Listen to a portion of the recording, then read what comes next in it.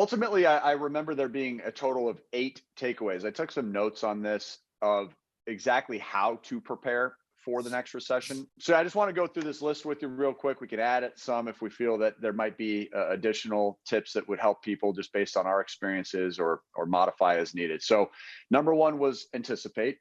We talked a lot about anticipation, just being able to just say, if this, then what, right? And having a flow of safety measures in place, having game plans established. These are things that professionals do. These are things that coaches on the sidelines are doing in every single football game. They're prepared for any possibility and know exactly how they would approach it if it happens. Risk tolerance. I think determining how much risk you're willing to handle, pretty good thing to know about yourself. I think if somebody were to say to you, you know, or you like to take chances, in general, most people kind of know where they stand. Some people are a little bit more liberal about it, and some people are a little more conservative about it. I'm a little bit more leaning towards the conservative side when it comes to prioritizing security. But I also know that nothing extraordinary will come without taking any chances. We've got carrying cash and talking about cash being king right now. I think this is a bit of a difference from what we've been experiencing for the last really 10 years. And right now, it's a good time to be flush with cash. Does it mean keeping all of your cash in the bank is the right decision? Not necessarily, but having liquidity is absolutely key. And this is where I would probably add to this list, getting access to other types of capital, like the debt weapons we teach about here, is really important. If you haven't been doing that, we're always targeting 25,000 up to 250,000 per year. This is the time for you to start making that a habit as well. In fact, what I'm going to do on this video, which I've never done before, is I'm going to give away the debt weapon cheat sheet for this specific video alone. That'll be in the description below. Michael, that's something we've actually never ever given out. That was only being given to our paid members. So make sure you download not just the cash flow cruncher to manage your income and expenses so that you really know what your both gross and net cash flow positions are, but also take advantage of grabbing your own free copy of that debt weapon cheat sheet too. Phenomenal tool. Patrick seems to think avoiding any major real estate deals makes sense right now as well. And I think that that's a really interesting conversation that we can come back to. He talks about having 5% of your income, 5% of your net worth invested in precious metals. Might make sense for us to go more towards, you know, the gold and silver route and just have something on standby there in case we start seeing that $2,000 or $2,500 per ounce gold price. It is certainly possible that when we experience a downturn, people like to have their money in gold. So we could definitely talk a little bit more about that too. Having a sound business plan in place was number 6 on his list. It all happens because of a plan, right? And if you don't have a plan followed by really hard work ethic, it's not going to happen for you, folks. So I can't disagree with that one either. Finally, number 7 and 8, protecting your career. We discussed that as well, feeling as if being as valuable and innovative and irreplaceable as you possibly can, creating that reputation for yourself in your workplace, whatever it is you do, you're going to want to start doing that immediately, or you may be one of those folks that ends up without a job unexpectedly, which for most households is on the verge of tragic. I mean, this is not the time to be left competing for a position elsewhere. His 8th number here was study your portfolio.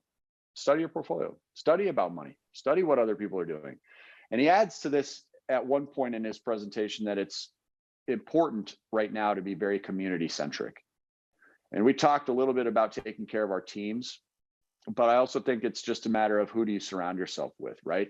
What type of communities are you going out and participating in and having conversations with? I love our relationship. We talk literally several times every single day.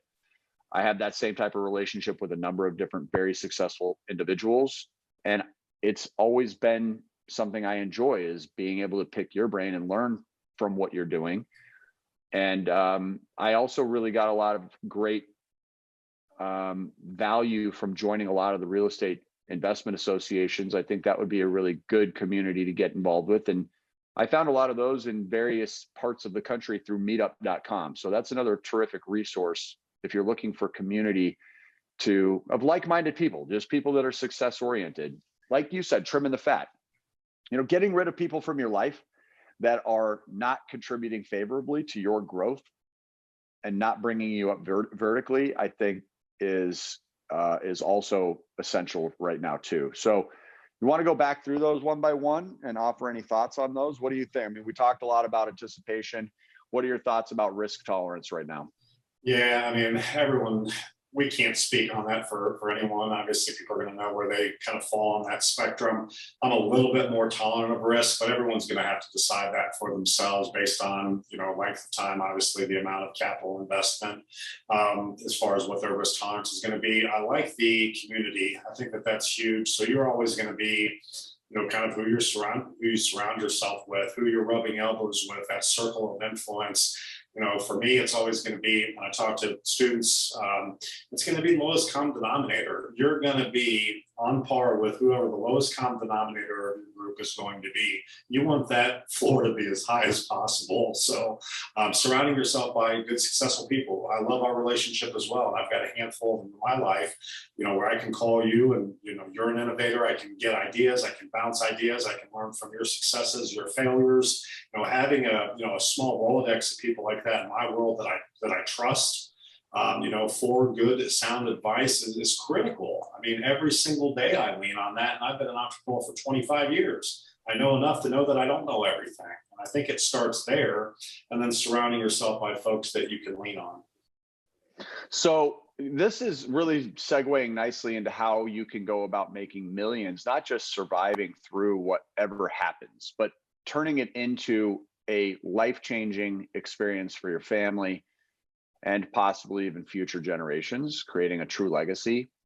And again, hearing Patrick talk about becoming a 9-figure guy since I've known him is it's incredible. He did it literally in a matter of a few years. Mentioned buying $540 some odd $1,000 worth of what do you buy? Gretzky cards, right? Bought two Gretzky cards. Yeah, $500,000 in hockey cards, I think. Sold them a year and a half later for 2.1 million. Right there, $1.5 million that he can stockpile. These are the types of deals that we may come through. But if you don't have $550,000 laying around, which most people don't, making a deal like that is impossible.